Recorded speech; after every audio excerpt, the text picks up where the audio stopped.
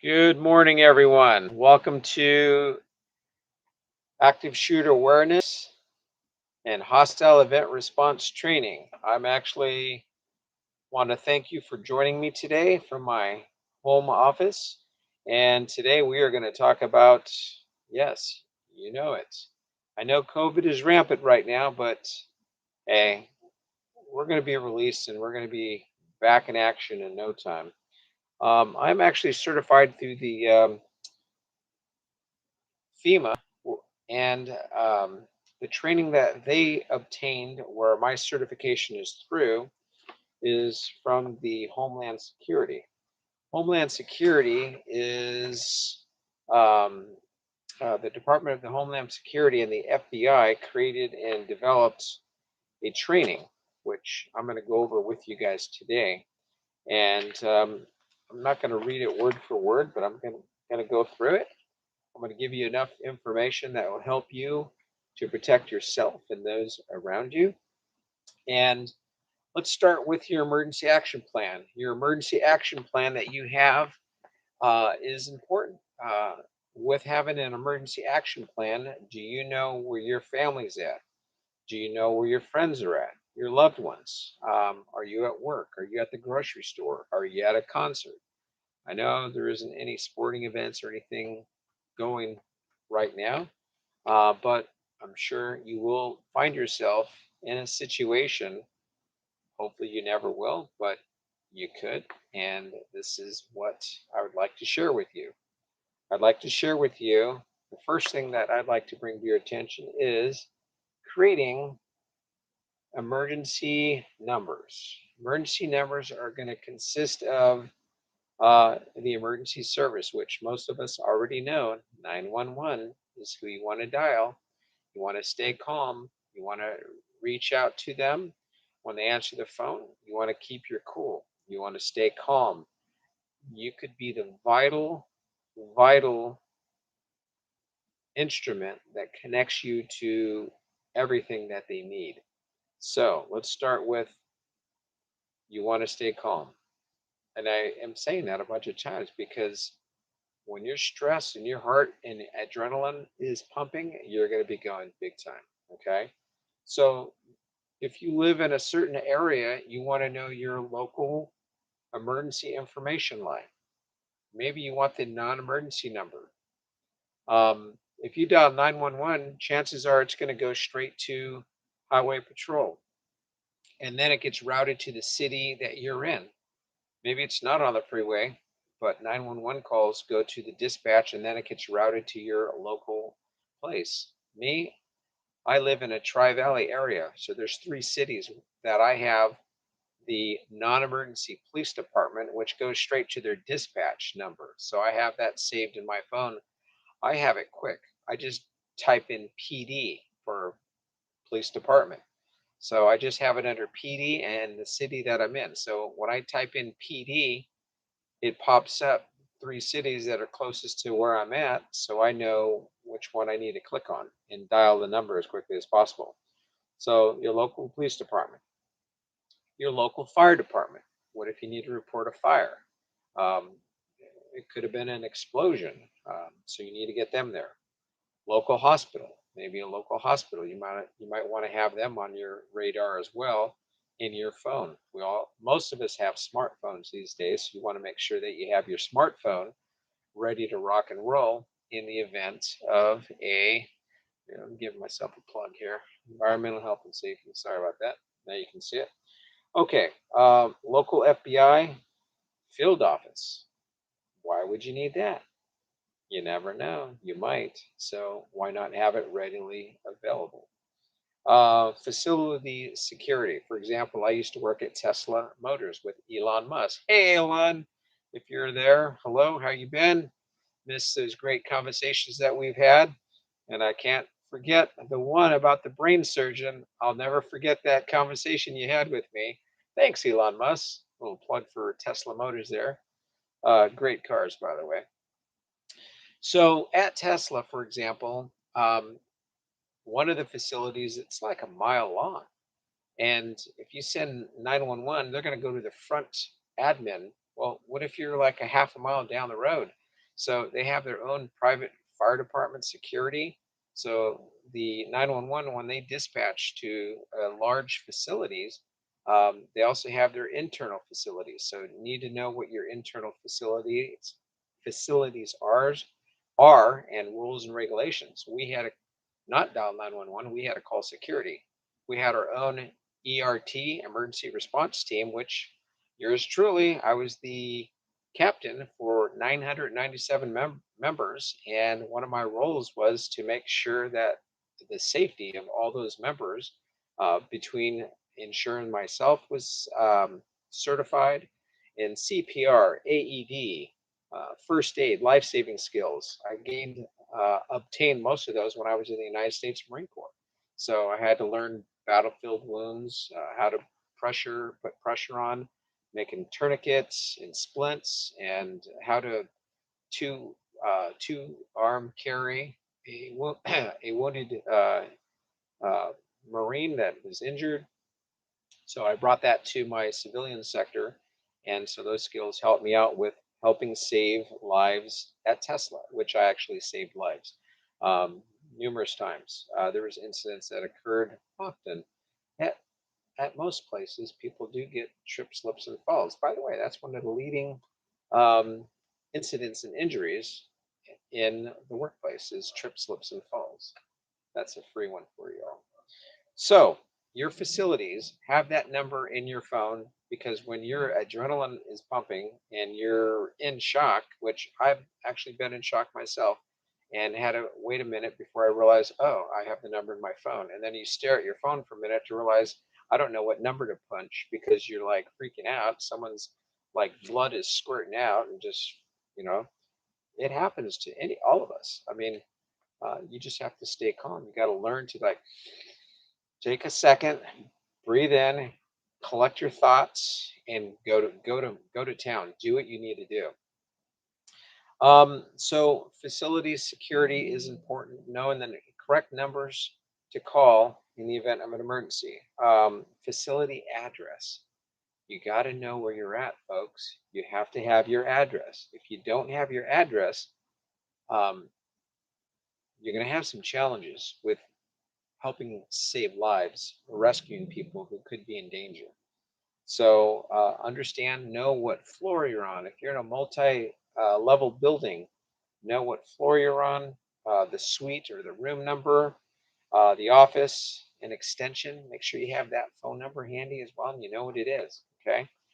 And also keep in mind, um, if it's a chemical, and I'll get into that a little bit more detail. But if there's a chemical spill, or you approach and there's some people that are down and unconscious, and there's no sign of something striking them, it could be a chemical exposure that took them out. And you rushing in to go be Captain Savaho, you got to be careful because guess what? You could go down too. Keep that in mind. And that's serious. There's tons of stuff on YouTube and on Google that you can research that'll let you know that, hey, you have some folks that are not breathing. And if you rush in, guess what? You can go down too. There's reports of people that have two and three people that go in to rescue that person. And the next person shows up and goes to try to rescue those guys. And then the next person goes in and tries to rescue those guys. And all three of them get knocked out. And the fourth person, and finally, the last person was smart enough to realize, hey, I'm not going in there, especially a confined space rescue. That's crazy. All right, let me continue here. So, managing the consequences of an active shooter situation. That's a tough one. Understanding the protocol and knowing what to do in a active shooter event, hostile event response.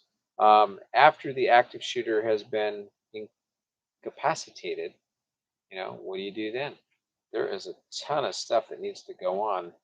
And I'm telling you right now that if you don't have your emergency action plan put together, then you're going to have some challenges.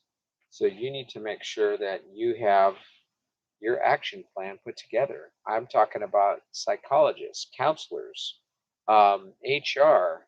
Um, you need to have a ton of things at your fingertips to make sure that you know how to help your employees, or if it's a concert or public. I mean, you need to know.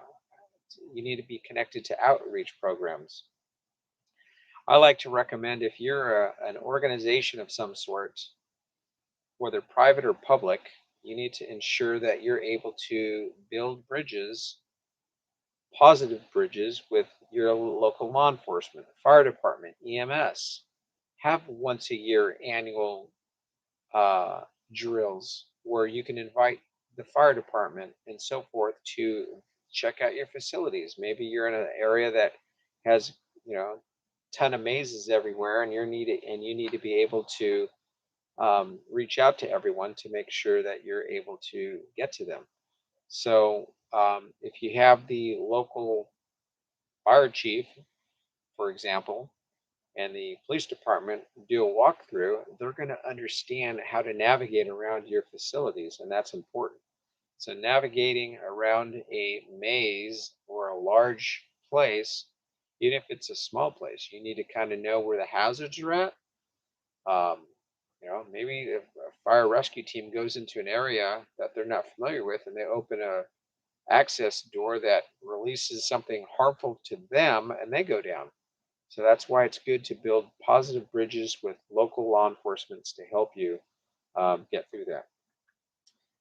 Indication of plus you have to have the indicators, excuse me, of potential violence by an employee.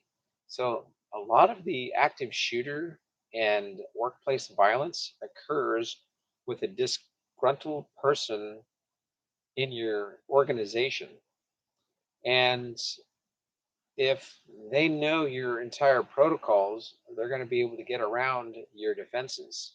And if you let your guard down because, oh, that's so and so coming in, oh, he's fine. I know them. It's good. You put your guard down and you don't follow your security protocols. That could be that one time where it goes haywire.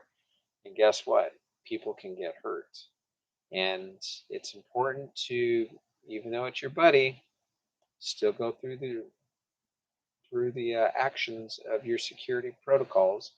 Don't lose your job over something that you could have prevented and could have lowered the injuries or the masses. So employees typically do not just snap, but usually display disgruntled information over the course of days, weeks, hours, months, years. And after a while, sometimes, someone just snaps. You don't want them to snap. Okay. Potentially violent behavior by employee may include one or more of the following. So, increased use of alcohol or illegal drugs, unexplained um, absences, vague physical complaints, noticeable um, a notable decease, or someone who basically someone who's not taking care of themselves. Maybe they're just hygiene's just going crazy. I know, like in October, a lot of people like to do, or November, excuse me, Movember, and they don't shave for a month, and uh, observant of cancer awareness. So, um, but regard to people not bathing, and so there's a lot of noticeable things that change all of a sudden. Maybe somebody lost a whole lot of weight or gained a ton of weight from being depressed. So there could be a numerous reasons of why this occurs and why this happens. Depression, withdrawal, resentment, and overreaction to change in policy or procedures, just like flipping out on you over something like we changed the parking. It could be anything. Just pay attention. Workplace violence is real. Repeated violations of company policies. You could have someone who's a role model employee for days, weeks, months, years, uh, decades, and all of a sudden they just don't give a rat's tail about anything and start, getting in trouble with HR, and that could be a sign of something's going down. So you need to be aware and pay attention to these situations that can occur. Um, Increased severe mood swing, you know, that's important. Noticeable unstable emotional response, explosive outbursts or anger, rage without someone provoking them. Um, Suitable, oh, suicidal comments and just talking, just making no sense. Just behavior which is suspected of like paranoia. Everyone is against me. Everyone's out to get me. Increasingly, increasingly talks in the lounge about personal stuff, problems at home, escalation of domestic problems into the workplace. You know, workplace domestic violence is rampant and one of the key indicators of workplace violence. For example, um, someone cheating on a spouse. Notice I didn't say male or female. And then the other person following them into work and confronting them, and it goes down at work, in work, in the parking lot. Oh, it's not my problem. It happened outside of work. You need to get some help right away and, help someone not get hurt. Um, Talk of previous incidents or violence, empathy with the individual becoming violent. So learn how to speak to someone, defuse the situation. I learned something called verbal judo, and that's learning, and it's the art of de-escalating a hypersensitive, someone on edge, conversation or situation, defusing the situation from escalating it to be even worse. Sometimes you get somebody over there that says the wrong thing and they snap. Learning to say the right thing and having empathy.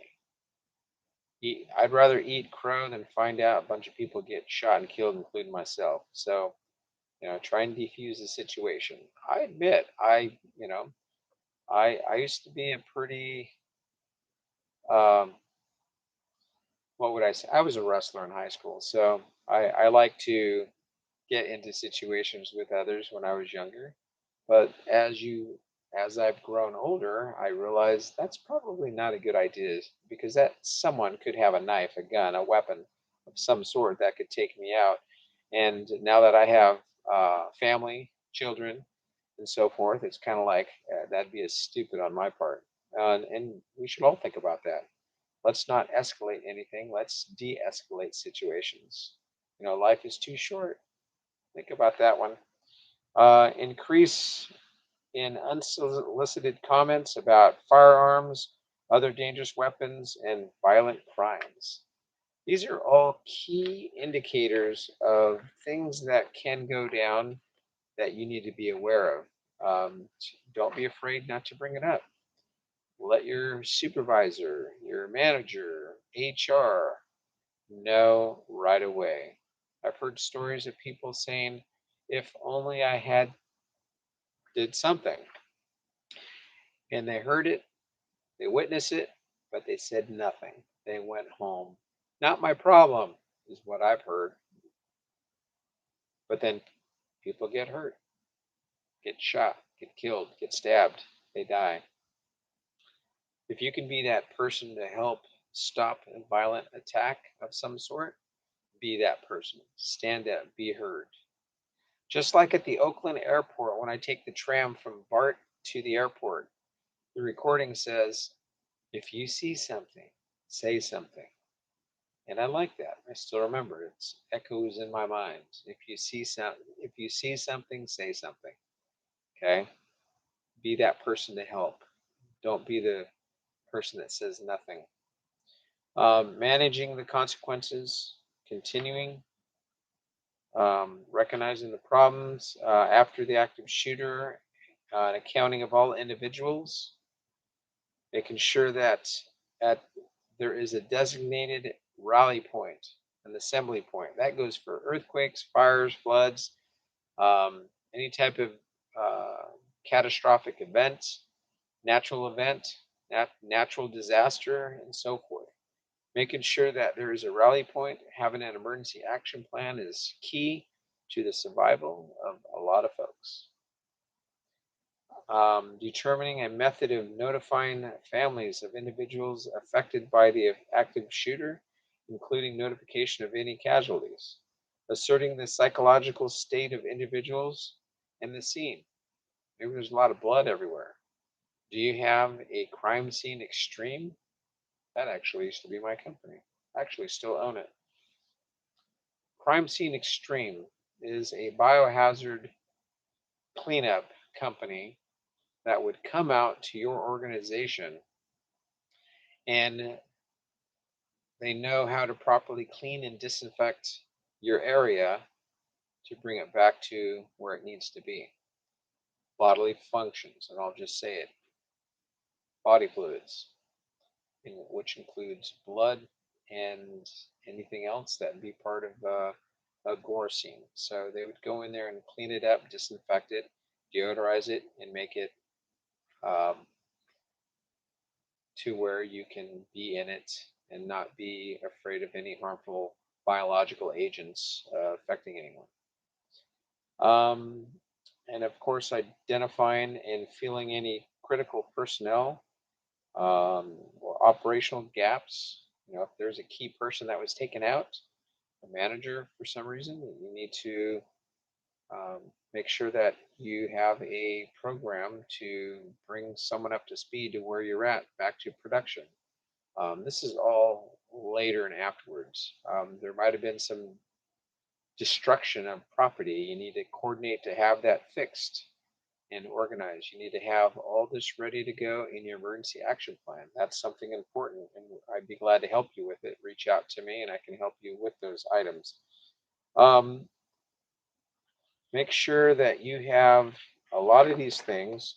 There's a lot more content. I'm not going to go through it all. I just want to kind of give you the bare essentials. And hey, KK, thanks for joining. I'm just talking about the active shooter training. We're doing a live right now. Let's see. Is it lackluster? Yes or no? Answer. Is it lackluster? I'm not sure what that is. But I'm talking about active shooter awareness, hostile event response training through the Homeland Security, U.S. Defense, and that's where I'm certified through. Assisting individuals with special needs and disabilities. We also do emergency rescue for those who aren't able to get up and down flight of stairs. So there's training on that, fire extinguisher training. So there's a ton of different training that needs to be done. So you just need to take immediate action, creating an emergency action plan. Be familiar with your plan. Make sure that you have um, teams that do training. And I talked about annual earlier, and I also want to mention making sure that you have at least twice a year is my minimum. People who do once a year, in my opinion, are setting themselves up for having certain individuals, could be new employees or whatever, um, putting them in harm's way. So I always recommend to make sure that you have that and you offer them an opportunity to be trained and know the emergency procedures at your facilities or your organization. Okay. And of course, making sure that you're able to assist those with special needs in your organization to making sure that they don't get hurt. Preparing, I talked about HR earlier, making sure your HR department, your facility manager, your leadership team, making sure they're all on board with the same training. Human resources responsibility is to conduct effective employee screening and background checks. Create a system for reporting signs of potential violent behavior. That's why you have sexual harassment and workplace violence training for all your employees. So that's really, really important to make sure that you have that down. Um, um, make Create a system of reporting. Make counseling services available for employees, and I mentioned that earlier. That's really important, especially if something traumatic happens. People are psychologically affected.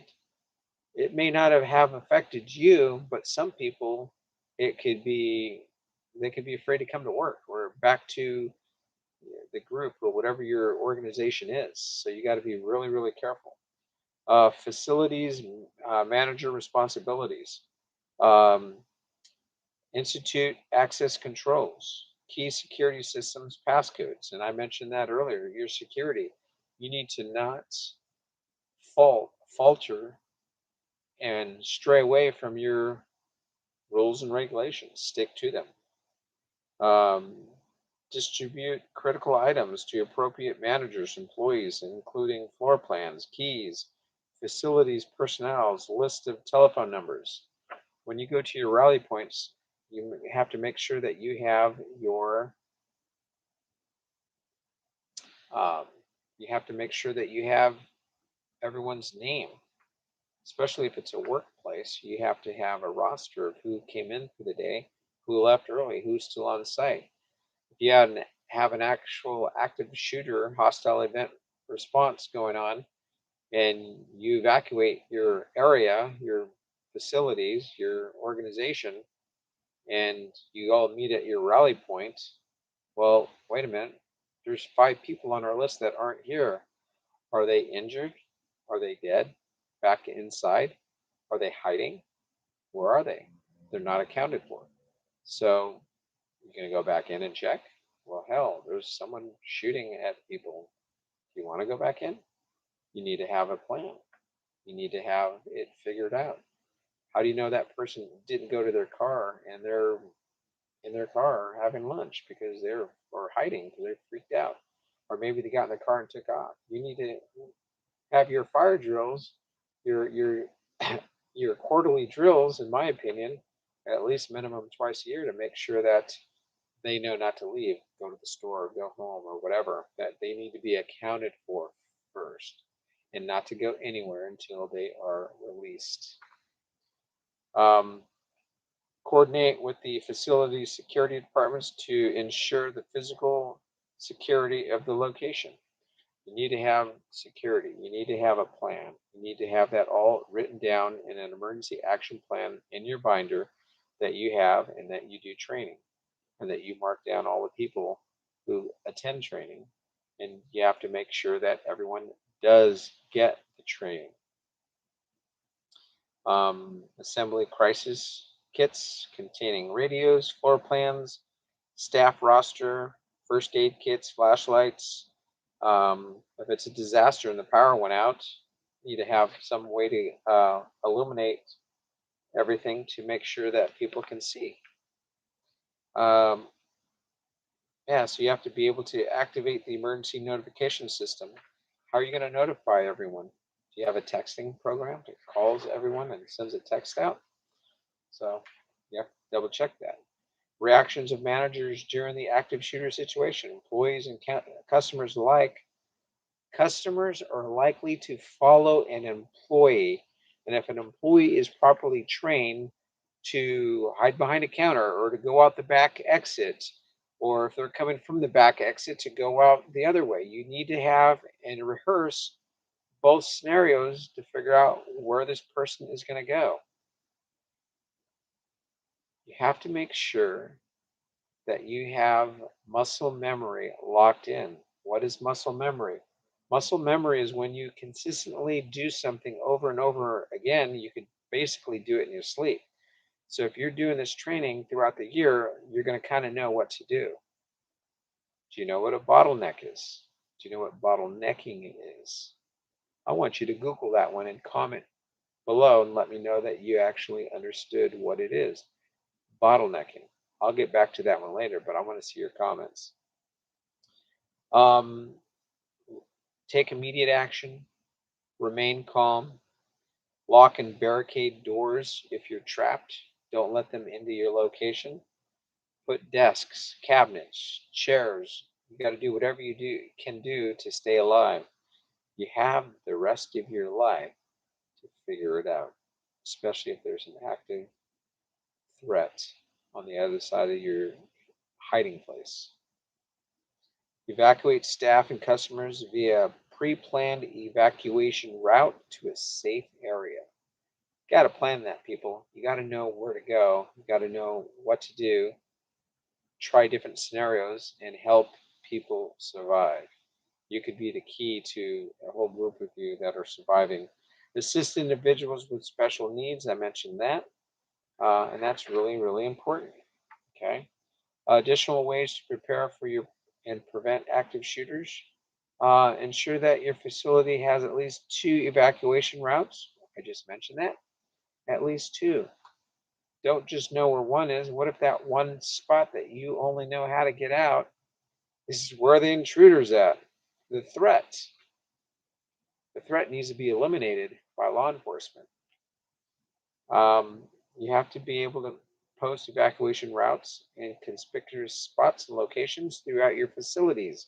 You need to make sure that your teams know where these are posted by having your pre-startup meetings before your shift starts. Go over it, whether it takes you 30 seconds, at least they know where it's at. Know where your fire extinguishers are at. If you can grab a fire extinguisher and take someone out with it, okay? Just think about those things.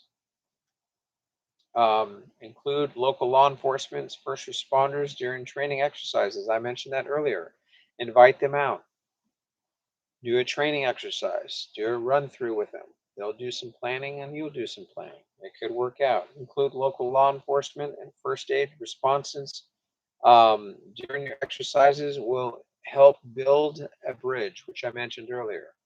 That's key to having a good, positive community relationship with your whether it's EMS, fire department, law enforcement. Okay, encourage the law enforcement, emergency response, SWAT teams, K9 teams, bomb squad, any type of scenario that you want to use. Work on this. Prevention, foster respectful workplace. Have a good policy at your workplace or organization and follow it. Okay. Be aware of indications of workplace violence and make sure you have some empathy on you. Know how to talk to people. Know how to defuse a situation. Okay. For more information on that, you can reach out to EH&S Planning. I'm not going to go through the entire training, but I just wanted to give you a little bit of information that'll help you survive. If you go to ehnsplanning.com and reach out to us, I'll be glad to we'll be glad to talk about future subjects. We could do other disasters. We can talk about chemical spills in the workplace. Um, we have tons and tons of topics. Comment below. Give me some suggestions of something you'd like to hear about. I'm a CHST, Construction Health Safety Technician, certified through the National Board of Certified Safety Professionals. And I'd be glad to work with you and your teams. And thanks again for following me today. I just wanted to really thank you, and I appreciate you following us. And I'll look for our next video coming out soon. Thanks again for your time, and welcome. If this is your first time, welcome, and I look forward to talking to you again. Have a great day. Bye-bye.